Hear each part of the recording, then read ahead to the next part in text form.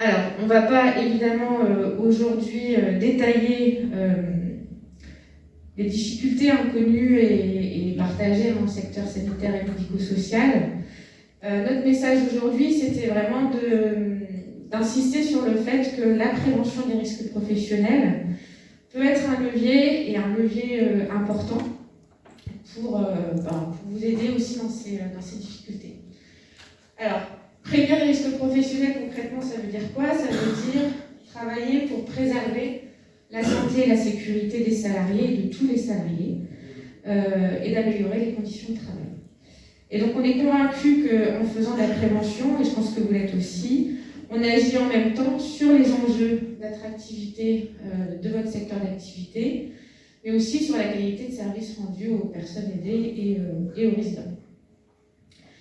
Alors, on l'a vu, et je pense que vous l'avez aussi constaté dans vos différents établissements, on l'a vu à travers le témoignage, que tous les professionnels se sont très fortement engagés pendant cette crise sanitaire pour adapter quotidiennement, voire plusieurs fois par jour, les organisations du travail pour faire face à la crise, malgré les difficultés qui existaient déjà. Alors, toutes les pratiques qui ont été mises en œuvre dans vos établissements et qui ont aussi été illustrées à travers les témoignages, finalement, ce qu'on veut vous dire aujourd'hui, c'est que ce sont ces mêmes pratiques qui peuvent donner des résultats durables en prévention des risques professionnels. Puisque finalement, faire de la prévention, ça veut dire quoi? Faire de la prévention, c'est parler du travail réel, du travail quotidien, des difficultés que pose ce travail, avec les professionnels concernés et en associant toutes les instances et toutes les composantes des établissements. Alors effectivement, vu les difficultés du secteur sanitaire et médico-social, on pourrait penser que ce n'est pas le bon moment pour faire de la prévention des risques professionnels. Mais ce qu'on a pu constater, nous, à travers les pratiques qui ont été mises en œuvre, qui ont été développées pendant cette crise, le fait de s'appuyer très fortement sur les connaissances et les compétences de l'ensemble des professionnels, ça peut aussi nous laisser penser que, au contraire, ça peut être le bon moment pour poursuivre les efforts en prévention, pour développer les actions de prévention des risques professionnels, et que c'est peut-être du coup une opportunité à saisir. Alors, concrètement, faire de la prévention, ça veut dire quoi? Faire de la prévention, c'est mettre en œuvre des démarches pour s'intéresser donc à certains risques professionnels. Et ces démarches de prévention sont, somme toute, assez classiques, hein, c'est des choses que vous connaissez déjà, qui sont communes à beaucoup de projets. Faire de la prévention, c'est mettre en œuvre une démarche étape par étape. On commence par faire un état des lieux, on identifie ses problématiques et ses priorités. On analyse en profondeur ces problématiques, problématique par problématique, pour essayer de les comprendre, pour essayer d'identifier leurs causes. Et on met en œuvre, on construit avec les salariés et on met en œuvre des plans d'action pour essayer de résoudre ces problématiques. Et on poursuit ainsi cette démarche de façon continue, sous forme d'amélioration continue. Donc ça en soi, c'est pas quelque chose de nouveau, bien évidemment, c'est pas quelque chose de très compliqué, c'est quelque chose que vous savez déjà faire. Le vrai défi, le véritable enjeu, c'est de faire en sorte que ce projet de prévention soit pas un projet en plus, soit pas un projet à part, et soit pas un projet ponctuel.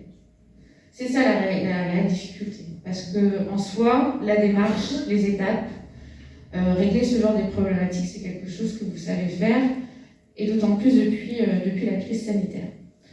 Donc il faut trouver comment inscrire ce projet de prévention dans la vie quotidienne de l'établissement, comment le faire fonctionner. Et donc finalement la difficulté, elle se trouve dans ce temps de préparation, dans ce temps de réflexion, pour justement trouver comment organiser ce projet et impliquer, de quelle manière impliquer les différents acteurs de vos établissements. Alors effectivement c'est un temps à consacrer, le temps qui manque déjà, effectivement le défi il est là. Néanmoins, ce temps de préparation n'est pas du temps perdu, on en est convaincu, puisque au final, et à assez court terme, Ce sera du temps gagné puisque vous agirez au fur et à mesure sur les causes profondes des accidents du travail et des maladies professionnelles. Et l'idée, c'est de bien réduire le temps au quotidien à gérer les urgences et les conséquences de ces accidents du travail et de ces maladies professionnelles. Alors en plus, les résultats attendus, c'est d'impacter au-delà des conditions de travail et d'impacter l'ensemble du fonctionnement de l'établissement. Et ce qu'on constate nous aussi souvent, c'est que ce sont des projets qui permettent aussi de ressouder les collectifs de travail, un petit peu comme ça s'est passé pendant la crise sanitaire, de ressouder les collectifs de travail sur le cœur de leur métier, sur leurs difficultés, avec les résidents au centre des préoccupations. Et ça fonctionne, on sait que ça fonctionne, je pense que vous avez constaté aussi que ça fonctionnait. Ça a fonctionné pendant la crise. On a plusieurs témoignages d'établissements qui, en travaillant en prévention, constatent des résultats effectivement assez rapidement. Donc à ce titre-là, je vous inviterai, si ça vous intéresse, à lire le témoignage d'un EHPAD à Bordeaux, dans le dernier numéro de la revue Travail et Sécurité, qui vous explique concrètement comment ils ont structuré leur projet, comment ils ont impliqué les acteurs, avec des résultats qui pour nous sont quand même très significatifs puisqu'ils ont divisé par 3 leur taux d'accident du travail en 5 ans. Alors 5 ans, ça peut paraître long. En prévention, c'est plutôt des résultats très satisfaisants. Surtout quand on sait quelles conséquences ça engendre la gestion de ces accidents du travail au quotidien. Donc, un temps d'organisation, en tout cas un temps de préparation, un temps qui est à accompagner par de la formation. Alors la formation, ça a été aussi traité dans cette scénette.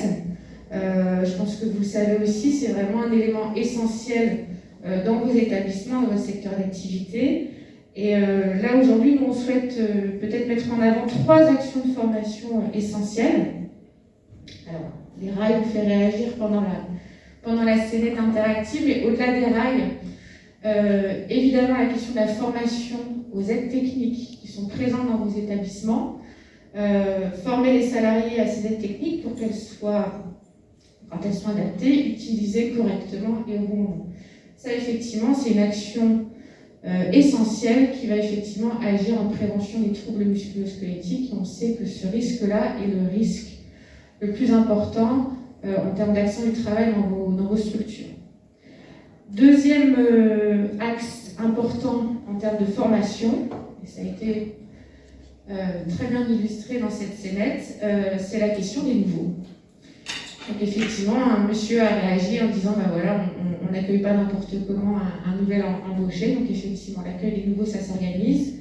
Et aussi, c'est peut-être le moment de former ces nouveaux embauchés à la santé et sécurité du travail, de les sensibiliser pour que la culture aussi prévention de l'établissement se développe au fur et à mesure et dès l'embauche. Alors, troisième point concernant la formation, c'est se former à la prévention. Tout simplement, je vous l'ai dit, faire de la prévention, c'est une démarche assez classique, par étapes. Néanmoins, il peut être intéressant de connaître certains outils aussi pour mettre en œuvre cette démarche.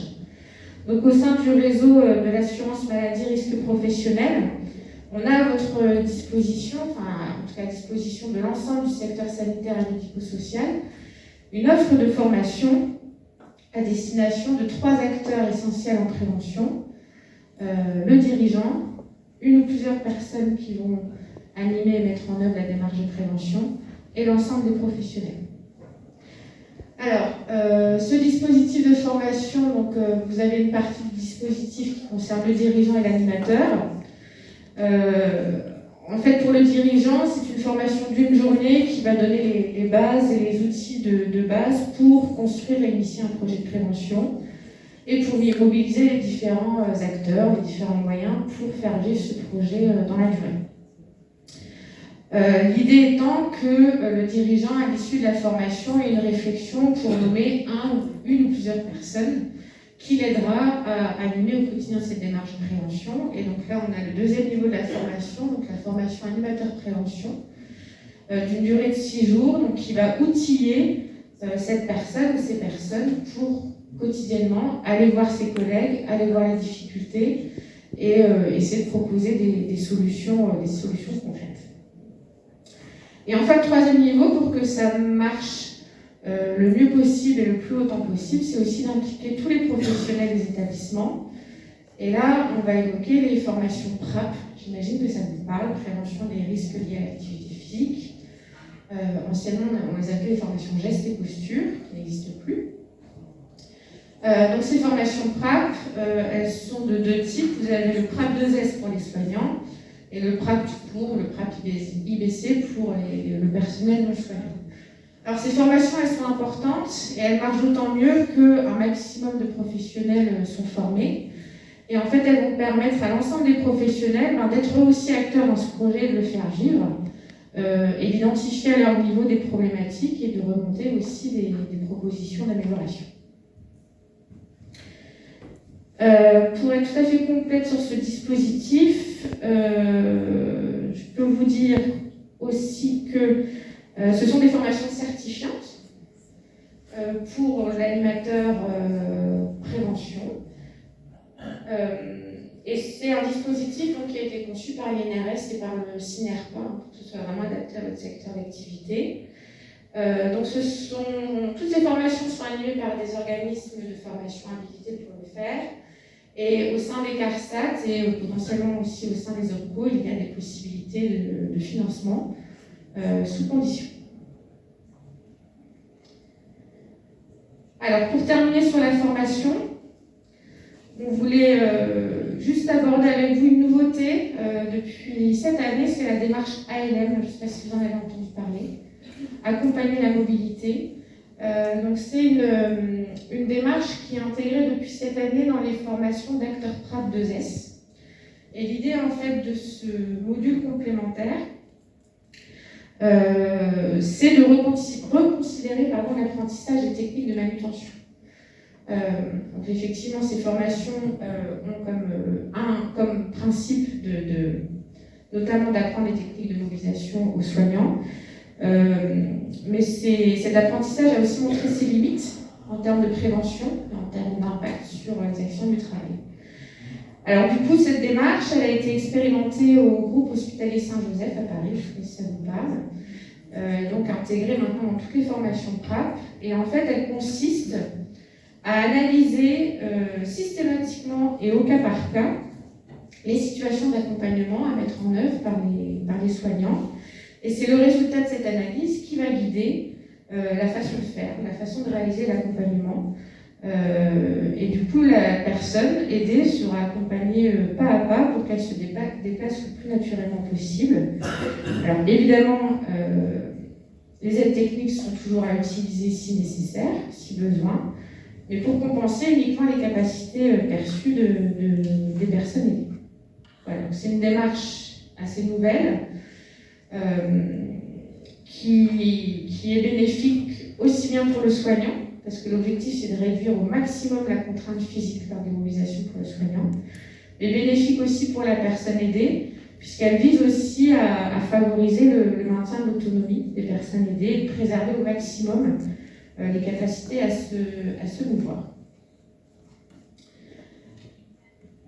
Alors pour conclure cette conférence, on voulait insister sur le fait que les services prévention sont disponibles pour accompagner tous les établissements et les établissements du secteur sanitaire et médico-social en prévention des risques professionnels.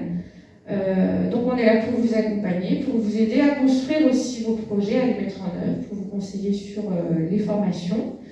Donc vous avez évidemment la possibilité de nous solliciter directement, mais aussi de consulter nos offres, nos outils, nos démarches sur trois types de sites. Donc vous avez évidemment les sites des CARSAT en région, donc CARSAT Nord-Est, CARSAT Alsace-Moselle pour la région Grand Est, le site de l'assurance maladie risque professionnel, donc site national Amélie Entreprise, et enfin le site de l'INRS, Institut national de recherche et de sécurité, qui est l'organisme de la branche Action du travail et maladie professionnelle, donc qui produit de nombreuses recherches et brochures, documents et outils.